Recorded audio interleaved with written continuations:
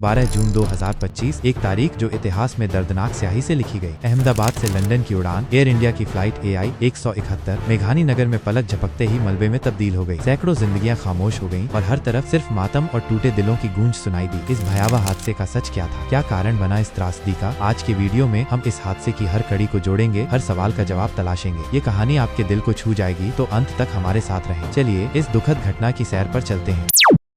जून 2025 को दोपहर 1:38 पर अहमदाबाद के सरदार वल्लभ भाई पटेल अंतर्राष्ट्रीय हवाई अड्डे से एयर इंडिया की फ्लाइट AI 171 ने लंदन के गैटविक हवाई अड्डे के लिए उड़ान भरी। विमान में सवार थे 232 यात्री, जिनमें 230 वयस्क और 2 बच्चे थे, साथ ही 12 क्रू मेंबर, यानी कुल 242 लोग। इनमें 169 भारतीय थे और 53 ब्रिटिश नागरिक।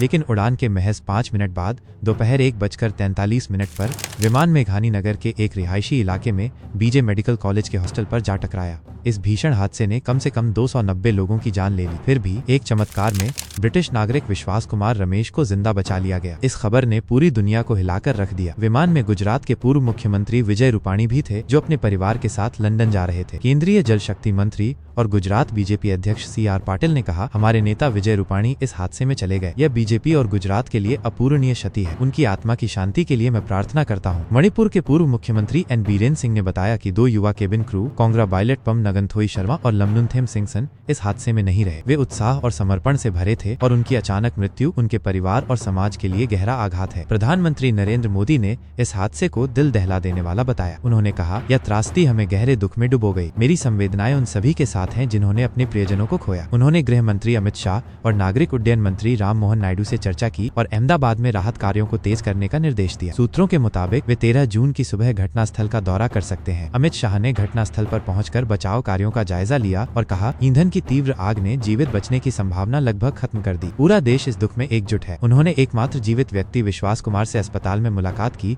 और गुजरात सरकार के साथ मिलकर काम कर रहे हैं। नागरिक उड्डयन मंत्री राम मोहन नायडू ने कहा, मैं इस स्थिति पर लगातार नजर रख रहा हूं और सभी आपातकालीन एजेंसियों को तुरंत कार्रवाई करने को कहा है। उन्होंने जांच शुरू करने की घोषणा की, जो विमान दुर्घटना जांच ब्यूरो और अंतर्राष्ट्रीय मानकों के तहत होगी। राज्य मंत्री मुरलीधर मोहन ने कहा, हादसे का सटीक कारण जल्द पता लगाया जाएगा। सभी एयरलाइंस को अपने विमानों की स्थिति का ब्यौरा देना होगा। गुजरात के मुख्यमंत्री भूपेंद्र पटेल ने त्वरित बचाव और चिकित्सा सुविधाएं सुनिश्चित की और अस्पतालों तक पहुंचने के लिए ग्रीन कॉरिडोर बनवाया। इस हादसे का दुख भारत की सीमाओं को पार कर गया। यूनाइटेड किंगडम के प्रधानमंत्री कीर स्टारमर ने कहा, ब्रिटिश नागरिकों की मृत्यु की खबर दिल तोड़ने वाली है। मैं इस मामले पर लगातार अपडेट ले रहा हूं। उन्होंने एक जांच दल भेजने और ब्रिटिश नागरिकों के लिए हॉटलाइन शुरू करने की बात कही। विदेश मंत्री डेविड लैमी ने हाउस ऑफ कॉमन्स में 53 ब्रिटिश नागरिकों की मृत्यु पर शोक जताया। पश्चिम बंगाल की मुख्यमंत्री ममता बनर्जी, उत्तर प्रदेश के मुख्यमंत्री योगी आदित्यनाथ और केरल के मंत्री R बिंदु ने भी संवेदना व्यक्त की। योगी आदित्यनाथ ने शोक के प्रतीक के रूप में अपनी सभी सरकारी गतिविधियां रद्द कर दी। हादसे का कारण अभी तक साफ नहीं है। कुछ खबरों में कहा गया